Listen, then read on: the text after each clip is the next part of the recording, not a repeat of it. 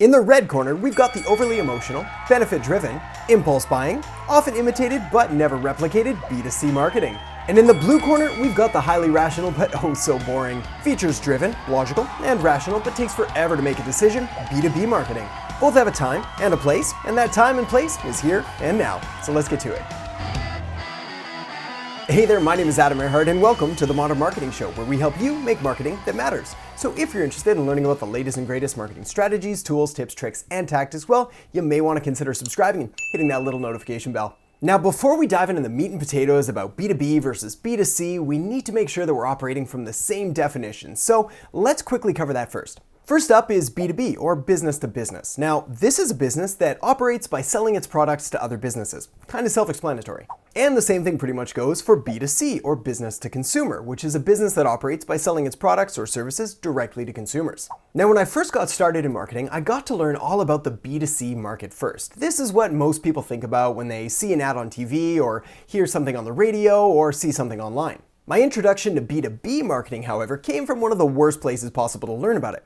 A textbook. I remember like it was yesterday, sitting, staring, and quickly losing focus on what I was supposed to be concentrating on, and my textbook soon becoming my pillow for the next 45 minutes. But it's hard to blame myself looking back. After all, my B2B marketing textbook was filled with such amazingly exciting chapters like organizational buying behavior, supply chain management, interfirm relationships and networks, relationship portfolios and key account management.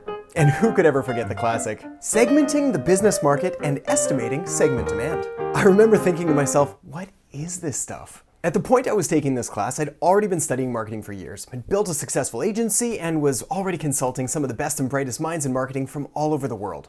I'd also already worked in sales and marketing for years in both B2B and B2C industries and sold everything from shoes all the way up to airplanes. And I knew the concepts that they were talking about in the textbook were really just written for academia. Big words and concepts just to sound interesting, but with little real-world application. Sure, there were some good gems in there and some important takeaways to learn, but even for a self-confessed marketing geek, this was just too much. And nobody ever built a business studying interfirm relationships and networks. Here's the thing, whether B2B or B2C, marketing is marketing. And marketing is little more than communicating how your business, your product, or your service can help solve your customers' problems. Don't overcomplicate it. The whole B2B versus B2C thing really confuses things by suggesting that each requires its own set of strategies and tactics and underlying principles. Now, before I suggest a better alternative to comparing which one, B2B or B2C, let's first take a quick look at the differences between them.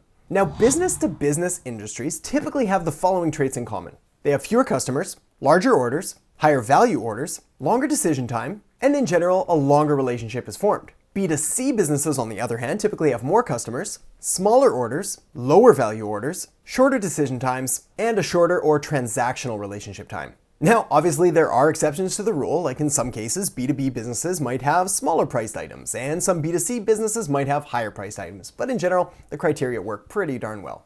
Basically, B2B marketing typically focuses on fewer but larger customers, and B2C marketing on more but smaller customers. This means for B2B type marketing, you're going to have a little more incentive to put a little more punch behind your pitch because you're going to have to market to fewer customers. And if you're doing B2C type marketing, well, you're going to want to make sure that your message has a little bit more of a broader appeal because you're going to want to appeal to more customers. But here's where people and those textbooks start to go oh so wrong. Whether you're B2B or B2C, here's the cold hard truth. People like doing business with people, not businesses. So even when we're talking about massive, nameless and faceless corporations, it's still people behind those businesses that are making the purchasing decision. Which means it doesn't make a lot of sense to toss out common sense and replace it by businessing up your marketing. This is especially true today where customers, whether B2B or B2C, have become increasingly skeptical, jaded, and cynical of marketing in general. They've seen it all and they've been burned way too many times by spammy marketing, hyped up claims, and overpromising and under-delivering. Fortunately, there is an alternative, and one that's easier, more effective, and a whole lot more fun too. That alternative is to all but completely abandon the constructs of B2B or B2C and choose instead to embrace human-to-human or H-to-H marketing. Originally coined by Brian Kramer, human-to-human or H-to-H marketing is pretty much exactly what it sounds like, marketing like a genuine, authentic person. This means removing inauthentic, stiff, and rigid marketing messages and choosing instead to replace them with genuine, bona fide human communication in all its messy and beautiful glory. This means more smartphone videos and less Hollywood productions.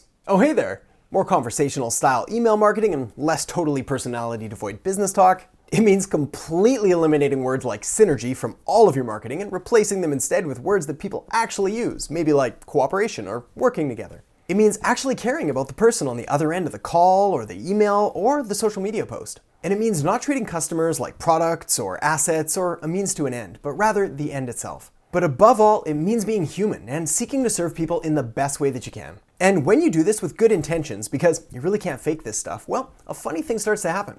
You'll find your marketing becomes way more effective. It also becomes way more fun and a lot easier to create. And you'll find that your audience will start to overlook any tiny flaws or errors that you may have made in the past that people quickly jumped on. Typos, bad hair days, too many ums, ahs, whatever. People are a lot more willing to forgive other people when they recognize that they have the best intentions at heart. Some of the best B2B and B2C marketing that I've ever created and ever seen have gracefully walked the line between being professional but approachable, authentic but engaged, and results-driven but people-driven first. Because authenticity and being truly human doesn't mean sacrificing professionalism. Whether B2B or B2C, results matter, but people matter more.